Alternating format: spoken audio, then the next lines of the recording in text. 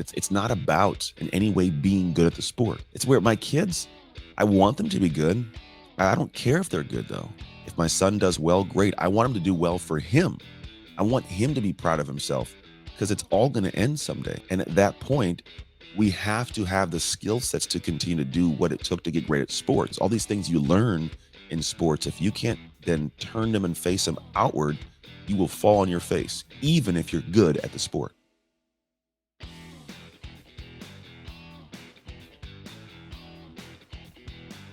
Hey, welcome back to the Bullpen Sessions podcast. I am more than excited today to have this guest on. Anthony Trucks was, I believe, my third interview before I even had a true podcast. I did these as pure YouTube channel video interviews, and I have the honor to have Anthony back on here for episode 216. Anthony Trucks, if you don't know who he is, I'd be surprised, but if you do, if you don't know who he is, Anthony Trucks has an amazing story. Former college superstar on the football field, NFL athlete, now turned identity shift coach, which we're going to talk about. And his life is all about making identity shifts. And that's something I want to talk about today because athletes, as a former athlete, it's hard to make that identity shift sometimes from the athletic field to the business field. So, Anthony, without further ado, man, thank you for taking the time to be on the podcast. Hey, man, happy to be here and hang out with you, dude. You're a good guy, and I always like hanging out with good guys. So no complaints there. Well, I appreciate this. So let's just start at the beginning. I know we talked about this on our first interview a couple years ago, but for the folks who do not know you, before we see the Anthony Trucks at Oregon University, Anthony Trucks in the NFL, talk about your childhood. Because again, we're going to talk about a lot of identity shifts in your life. Yeah. Let's talk about what life was like at an early age for you. Sucked, man. It sucked. No, that's what we're talking, right? It's let's go back in the time. There's a window where I was given away as a kid, man, and it sucks because your foundation of who you are and your building of your identity is rooted in the start out of I suck. I'm not good enough to be loved by my own mom, my own family. And so you venture off into this world that is not very kind, especially in the foster care world, that is kind of reiterating to you every day that you're not good by beating, starving, torture, that kind of stuff. And so I had this situation where I did have, this mom was floating around, but her desire to kind of be at peace and free in her own life left her 4 kids, me as the oldest, kind of out to fend for ourselves in the journey of the world. And so it was kind of an interesting dynamic of the building of my identity in the beginning was not a good one. And so for a lot of years, I bounced around from home to home in different houses. I was, put in chicken coops, forced to chase chickens to earn meals, put in shopping carts, pushed down hills towards traffic, forced to lick the bottom of people's shoes, like real heinous stuff. And then at 6 years old, I ended up in my now forever family as the only Black person in a really poor, all white family. So identity for me was never this thing that had an anchoring anywhere. I didn't know who I was, where I fit, where I should be, where I should go. And it kind of sucked in that manner, man. So I had a lot of craziness in my childhood that as much as I would say I don't like it, I do appreciate it at this point. I got this painting over here in my studio that says, "Smooth seas never made skilled sailors."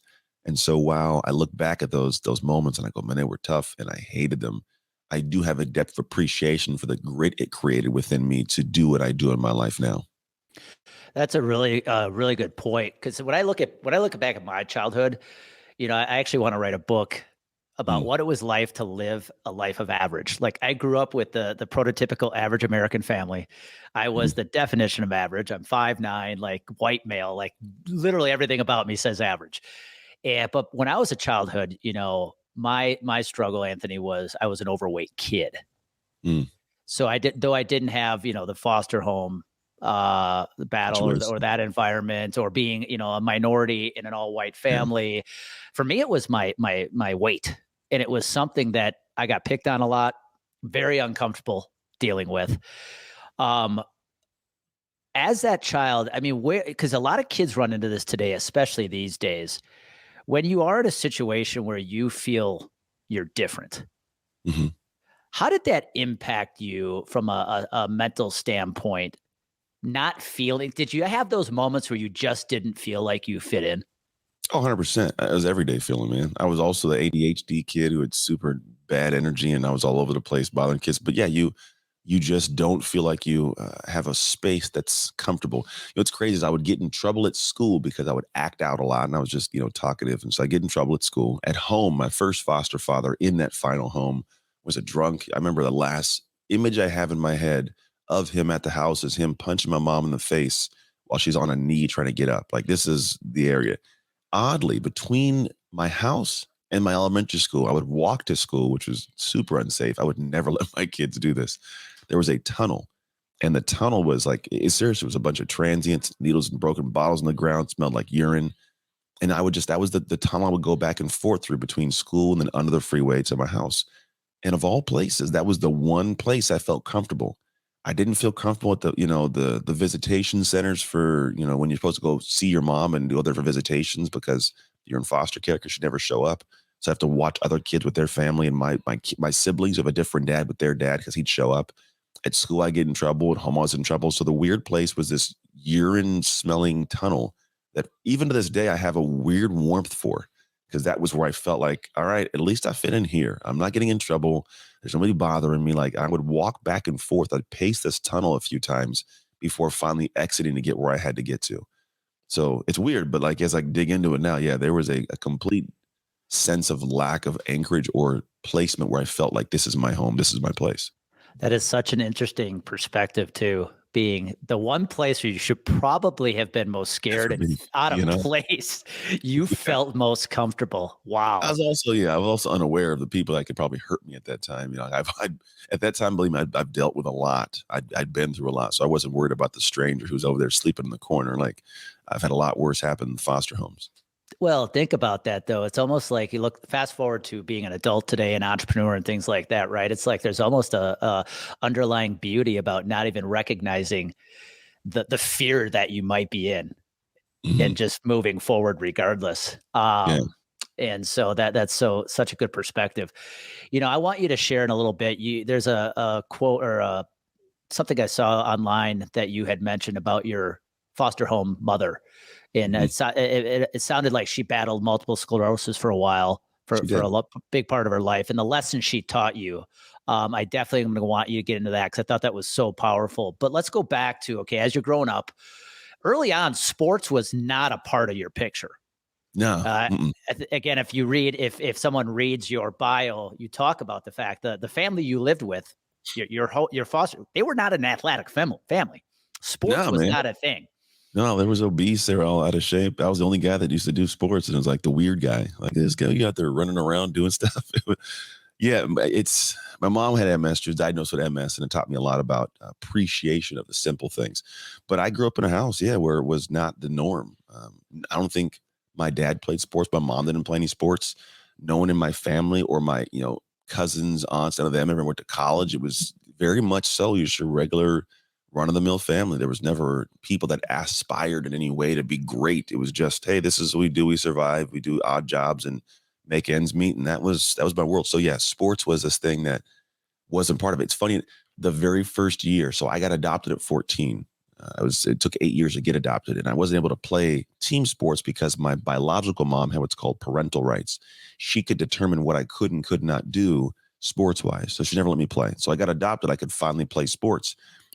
We were so broke as a family that the only way I was going to play is if I paid for it myself. So I had a paper route, and I paid for my first year of youth football by myself. I spent the money on really going and playing, and so like I had spent time and hours to earn the ability to make the money to go do this thing. And so, yeah, that was how far out of the realm it was. Like, no one cared, no one wanted to pay for it. It was going to be happening because I could pay for it myself.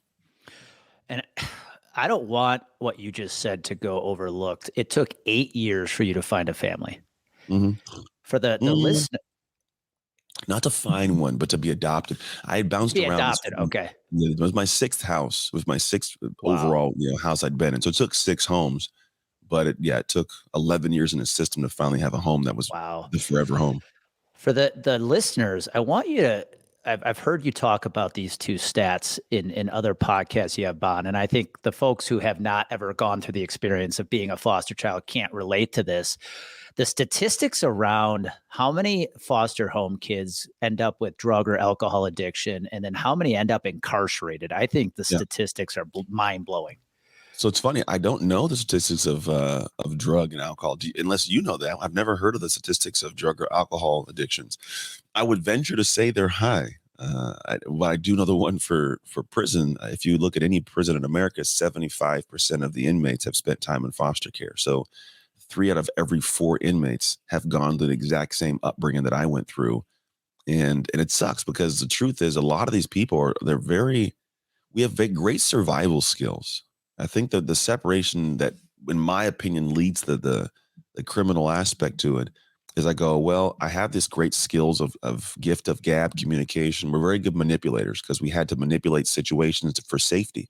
I had to analyze people and go, is this person going to help me? They're going to hurt me? And I would find ways to get what I wanted because I wasn't going to get given to me. So we learn these tactics, and then unfortunately we apply them to poor actions. And my thought is a lot of us, when we're going through that, we have this disdain for the world. I'm a child. I love my mom, and I listen to my mom. So her thoughts and expressions would lie to me and say, the reason you're in foster care is because this family or the state or society or the judge, right? The reality is it was her fault. But as a kid, you want your mom to love you, so you listen to everything they say. And so she would demonize everybody but herself and the rest of the world. So I think what happens, these kids, we get to this point, we age out of the system, or we end up being homeless. And we had this thought of the world is bad, the world is evil, the world's the reason I'm like this. And I have these skill sets to do things. I'm gonna go do things. And I'm gonna and end up they eventually get caught and then end up in jail, whether it's stealing cars or manipulating people, taking money, because it's just survival skills. And I really think that if they were to pause for a moment and realize the amazing superhuman skills we have because of this situation, you could have a ton of people doing some great positive things for the world. I think the only reason why I'm doing what I'm doing is I fell in love with something that was positive. I fell in love with football, right? And it gave me this area where I could go in and create this sense of self-worth. I think it's also part of it, creating a sense of self-worth. And if you're around low life humans, because that's kind of what you've been growing up around, or because you guys all collect together, well, that person's sensationalization is, I robbed this house and I got this, and I robbed this car and I got, they do this, what happens. And so over time, that pooling comes together and we get really good at bad things. And so it unfortunately, I think, is what feeds into the prison system the way we see it. I didn't intend to ask you this question, and I hope I'm not too far off base. Do you ever, are there times where you ever catch yourself thinking, had you not found your adopted family, what life would be like for you today? Sometimes, Yeah. man, it's extrapolation can be crazy. What if I got, pinned to a different house? Well, because it Yeah. was just a matter of checking boxes, and that was the one that was in the Wow. box. I would never met my wife. I wouldn't have my kids. I wouldn't live in this town. It just is a ton of those critical serendipitous moments in life. I I don't know, because I think for me, I'm gonna be dead honest too. This is funny. I'm gonna say this in real life. I think that had I not gone through, I've always had this mentality. I've always been this mind. I was shaped in different manners by different people, but I could have always in my head always went the direction of being like a spy. Sounds super odd, bro. But I think my skill sets I have a stature, I can communicate well and speak properly. I have the way of analyzing and processing things. I have a sharp brain. I think I could have been a really good spy. So like I watch these movies of like James Bond doing his stuff and Born Identity, and I'm like, I'm really in a different world, like a different universe. I might be like some crazy cool spy. I don't know. That's just my weird thought. Well, let's just say if this identity shift coaching thing doesn't work, which it's been doing beautifully for you, you've got a second career. Yeah, I got a second career. Yeah, well, I'm too known. I couldn't slide by, but I mean, I'm obviously way off. I'm not Yeah. naive in a sense. There are Yeah, people yeah, yeah, yeah. that really do this stuff, but as a human, the human traits I have, I could see transferring to that properly. Well, let's dive into chapter 2, which is the start of your football career. And Yeah, your start was very different than others, right? In a world today, especially with kids playing on travel teams, and if you want to be excel at a certain sport, you're starting at it on an early age and committing yeah. just to that sport. You didn't jump into football until your teenage years. True. Yeah, I didn't What step was into that it. like? What was that like? You're in Antioch, California, right? Yep. What was that like coming onto the football field for the first time? I think we said age 14, Yeah, it's 14 when I first played. where a lot of these kids have probably been playing already. What was that like the first time Oh, you it sucked. stepped out on a football field? It sucked, man. I got beat up a lot. I was not a good football player. I think there's this mentality that people have of like, oh, if you played in the NFL, you must have been great from day one, a savant, some amazing. Nah, it wasn't the case. I sucked for the first 2 years of my football career, and to be honest, it's because when I go out there, like I don't have the skills developed. If I'm playing recess, yeah, I can go and jump around and catch a football when I'm out at recess. But it's different when a helmet on, shoulder pads on, like running around and you don't have the confidence, and these kids are out there, they're trying to hit you. That's just what tackle football is, it's tackling. And so, yeah, you have to find a way to dig into some part of your soul to stick in. I didn't have this quit mentality, thankfully. And so when it did get hard, I was still find ways to lean in. I just got angry. I think there wasn't an anger because of the situation. I think it's an assumption that, oh, you went through that, so you were taking out anger, right? I don't think that was part of it. I did have this pent up aggression that I enjoyed releasing in that manner, but it wasn't like I was anchoring to this moment of this guy did this to me. I'm going to get back on this kid. It was just I had the aggression the way anybody has it, and it was praised. That was the thing. I wouldn't be great, but there's moments of flashes of some good stuff, and then we get praised, and I go, oh man, I've never had the outside world besides my family praise me in this manner. You want me to run around like this? You want me to go? You like it when I hit this person? People clap for me when let's do this. And so I think the addiction for me came from the outside praise from the world for the first time in my entire life. I never had the world go, we celebrate you. Yeah, again, that hits home for me because look, thinking about my childhood, Anthony, again, being an overweight kid, I tried to hide from attention because Yeah, often it was negative attention. But there was one place that I always felt at home, and that was on the pitcher's mound. I get it. Totally get it, man. And, and so, what advice? I'd love to know your thoughts on this Mhm. because so much has changed in the world of sports and youth sports. Because your career didn't start right away, early as a young child, what advice would you give parents today who may have that kid who hasn't tried or played a sport yet at age Mhm. 10, 12, 13, Yeah. and they're already thinking it's too late? What advice would you give that family? I mean, it's not too late, and it's not going to be good, and that's going to be life. And if you want your kid to be good in life, you better teach them how to do the things that are like that journey, because they're going to try a bunch of stuff, girlfriends, jobs, a bunch of different things, and they're going to suck at them. But if they can't learn how to suck and then stay in that pocket till they get great at it, they're going to have a horrible life.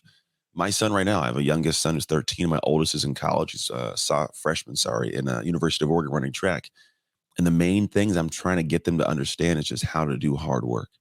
It's frequently a conversation in my household about the separation I believe between success or lack of success, joy or lack of joy is it's can you do hard things? Because you can tie it to the success in life of can I do the hard thing of focusing, staying consistent, staying disciplined when everybody else would want to quit. You can also tie it to I'm in a relationship and I hate the relationship and I'm not happy in it, but you can't do the hard thing of leaving it or speaking your mind or holding your ground.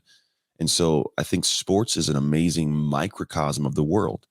It's this little environment where you're forced to be subjected to pain, physical and mental and emotional at times, how to navigate those moments properly or in ways that benefit you, not shut down completely, how to take feedback without it being something that breaks your soul, how to communicate with other people, how to work with other people, like all these little things that it's not about in any way being good at the sport.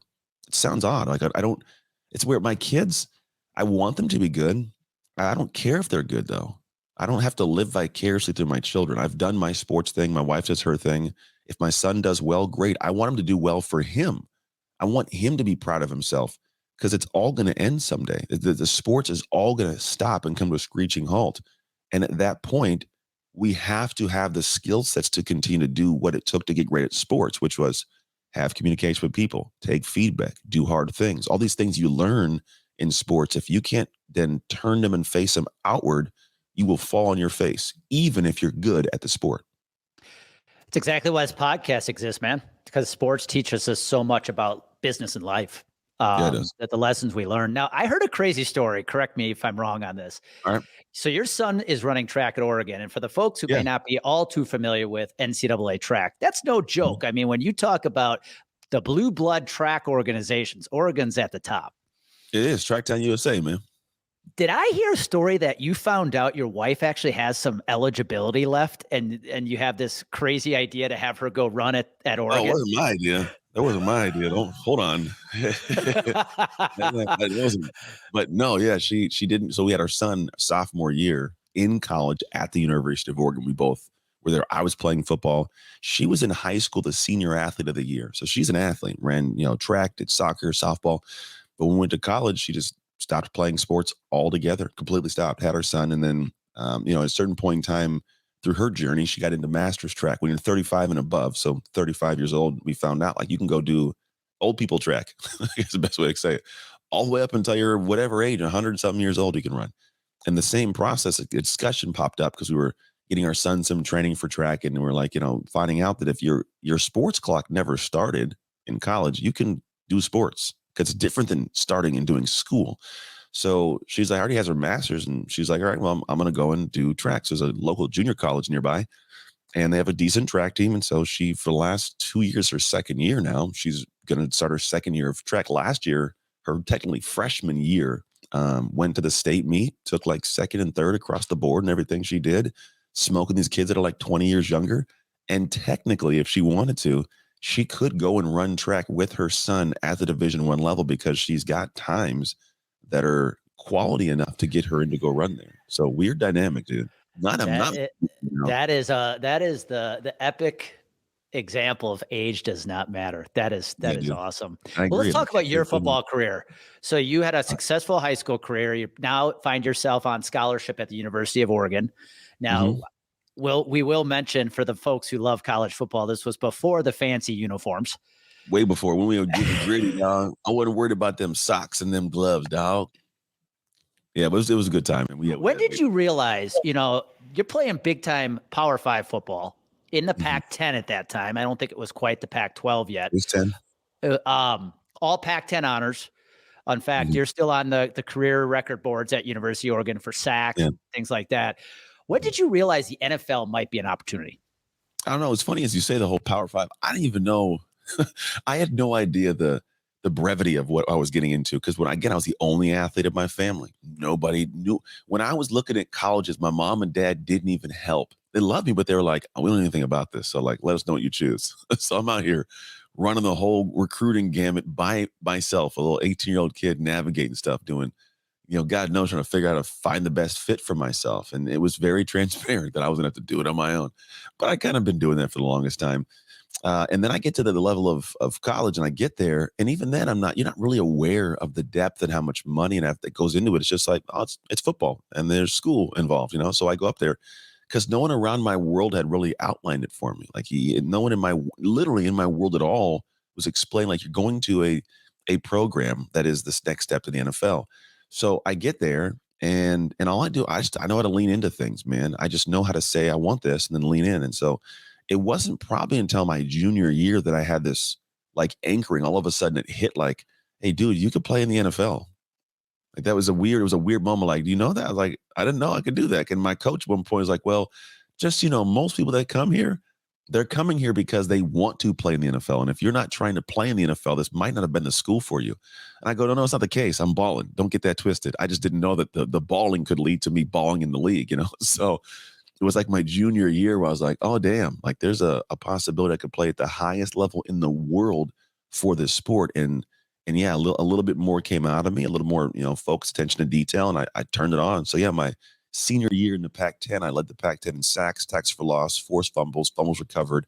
And I was like sixth in total tackles, but I missed an entire football game in the season because I had a high ankle sprain against USC. But yeah, bro, I balled, man. But the league came in the framing not until my junior year. Well, again, so many memories you're bringing back for me because I remember my senior year at University of Wisconsin-Milwaukee. I honestly, Anthony, didn't think I had a shot at playing Major League Baseball, getting drafted. But I remember in one of my bullpen sessions with our pitching coach mid-season senior year, he just casually said to me, he said, hey, man, you keep having the year you're having, you're probably going to get drafted at the end of the year. And I just remember when he said that, all of a sudden, like it all clicked. It was like, holy cow. Like, yeah, this is a chance. This is an opportunity. And so thank you for sharing that. Cause like I said, I remember that moment like it was yesterday. So let's talk about your NFL career. Yeah. You spent time with the Buccaneers, the Steelers, and the Redskins. Yeah. Unfortunately, the career ended with a career-ending injury. That it did. What was that time like? For people who may not have a perspective of pro sports, what was it like playing college ball in Eugene, Oregon, and now here you find yourself in the NFL? Yeah, it was it's a step, but it's not as bad as most people would think. I think that the step from high school to college is worse than college to the pros. And I know some people will push back on that because they go, "Oh, it's the pros, the highest level." I go, "Yeah, but it depends on what level you were at prior to getting there." You got to realize I was playing Reggie Bush and Matt Leinart. I was running my last game of my college career. I got this big whale trophy you see right here because I was against Adrian Peterson. So it's like I'm against those guys. When you're in high school, there's so many high schools and they're all spread out, and so you may play local guys, but of the local guys, one maybe two that are going to go to the level that I went to. So I wasn't really around that. So it was a shock. I'm like, oh, I got to learn a true defense, and I gotta prepare. And I can't ever miss a practice, and then I got to be dialed in the school. The stringent aspect from high school to that was a big climb, and so going into that, I think there was a bigger climb for me to get adjusted to the speed and the tempo of the game of college level at that level, Division I college level. But then I think that the difference what took place from college to the pros was everybody is a phenomenal athlete. Everybody. They're fast. They're the best of the best. They've all done that. They're gritty. They got families. When you're in college, like I'm gonna be there for 4 years. When I'm in the NFL, I might be here for a day and they're gonna cut me tomorrow and send me home, right? And whenever I'm going for a job, it's just a dude, it's just a guy, another college kid. And I'm trying to take his job. When I'm going for your job, it's just to feed your family. If I take your job, your family don't eat. You don't got to. You got to go back to the real world, and nobody wants to do that. So it's grittier at that level. That the speed of the game, it's crazy. Is a lot more processing of the mind and knowing your job and not making mistakes. The intensity and attention to detail is way higher at the NFL level than at college. Not that college, you're not trying to be dialed in, but you can get away with a couple things. The league, if you keep messing up, they find somebody who won't. And on top of that, even if you're doing it right, it's me versus this guy next to me, and I'm trying to make you look bad, so you have to go home and never come back.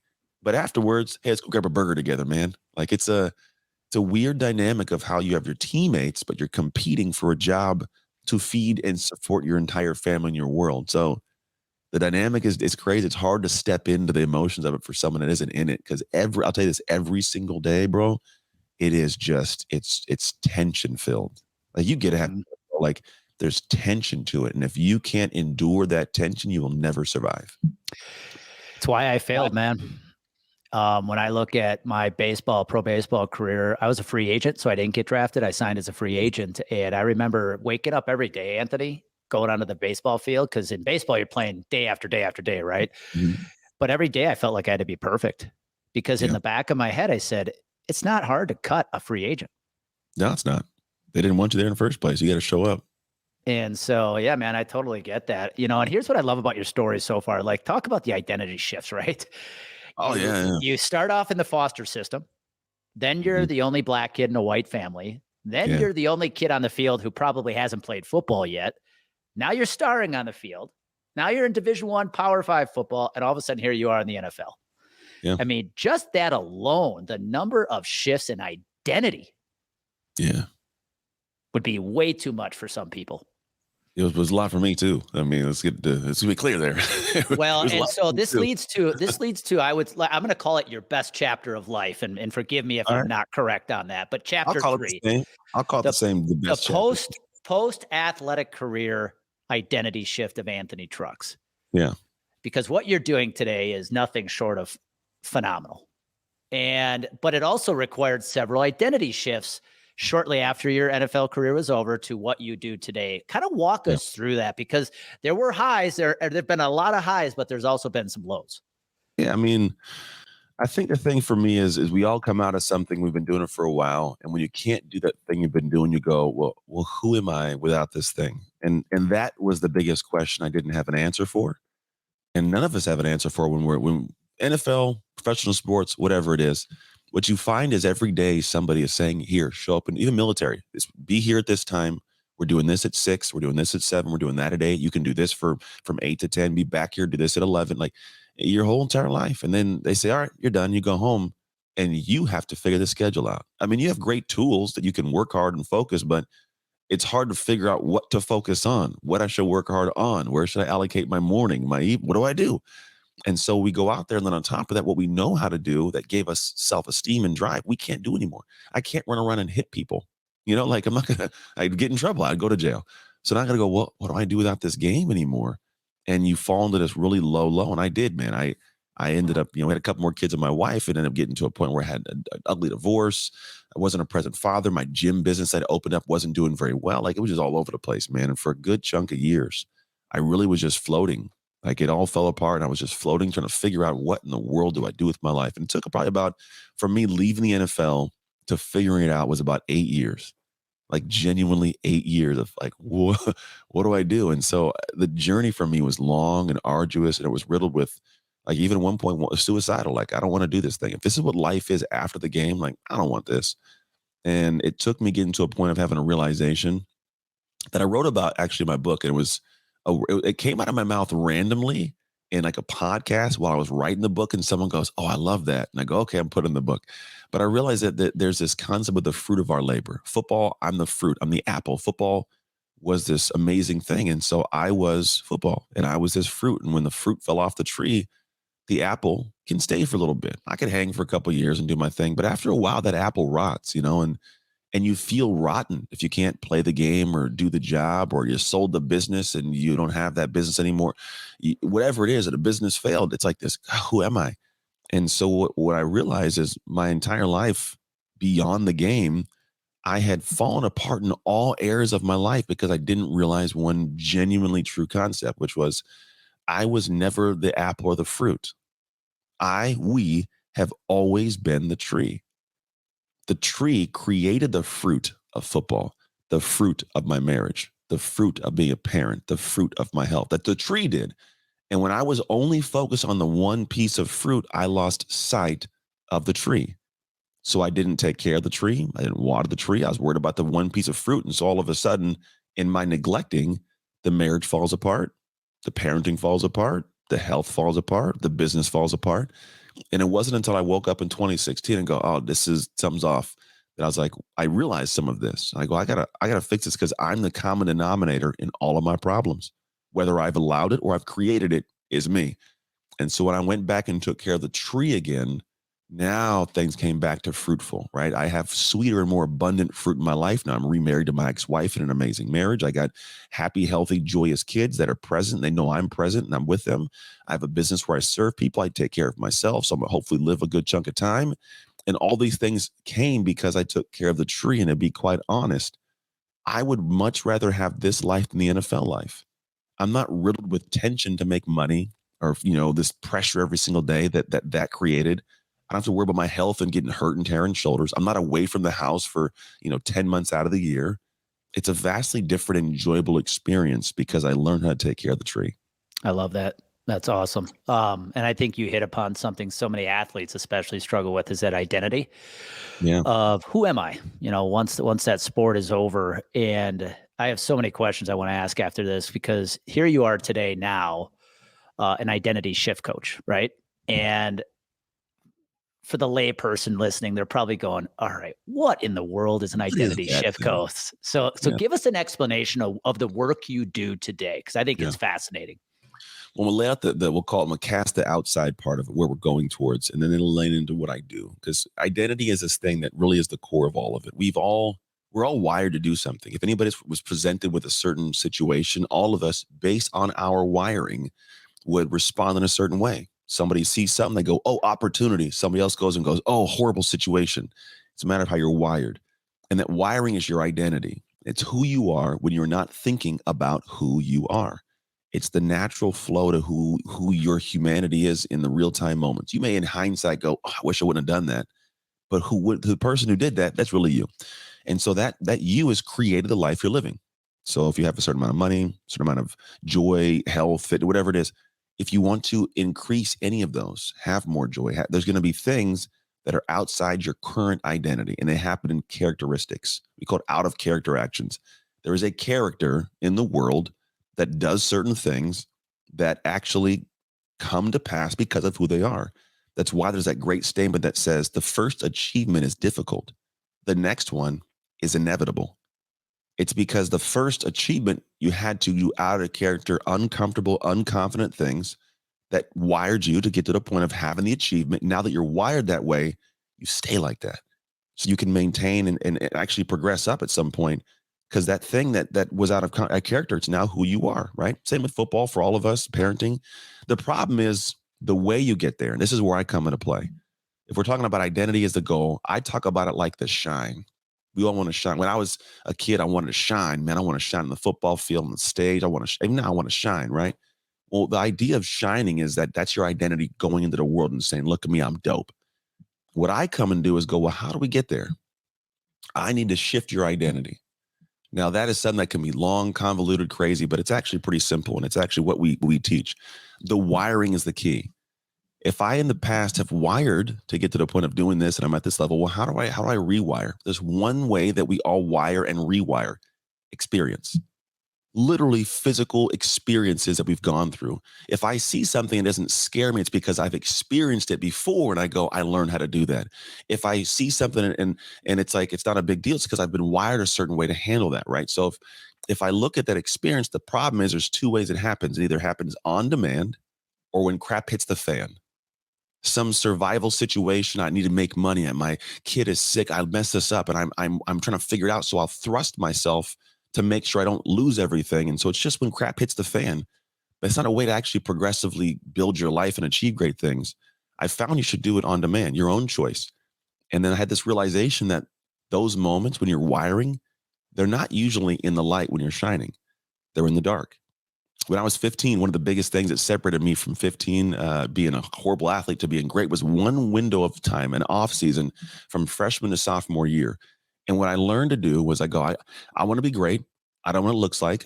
I know I have to catch footballs, run routes, lift weights, but I don't do that. That's going to be weird. But I started doing it.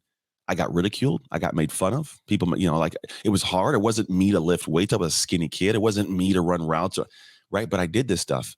And the more I did it, the more I became the person who does it. And then what happened, I came to the very next year, my sophomore year, and I had this mentality that changed my entire life. And it was, I have done too much work in the dark for you to take what is mine in the light.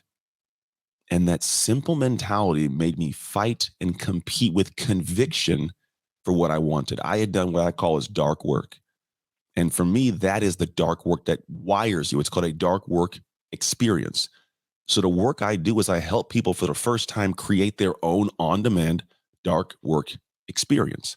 I guide people through, how do we set this up properly? How do you want to shine? What identity do you want to have? How do you want to step into the world to where you have this competitive drive where I have conviction to not lose the girl, lose the job, lose the sale, lose the business, whatever it is, because I've already done the work in the dark.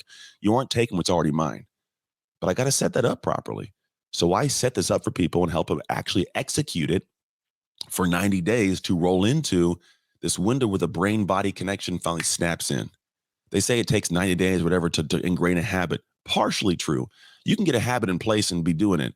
It doesn't become this connection to your soul until about that 90-day window. That's when it hits it. It's like, this is who I am. To where in the beginning it was hard to do it. Now it's impossible not to do it. You feel weird if you're not doing that thing.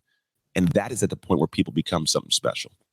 Yeah, to tie it back to sports, I feel like, when people ask, everybody wants to be Tom Brady throwing the touchdown in the Super Bowl, LeBron James hitting the game-winning shot.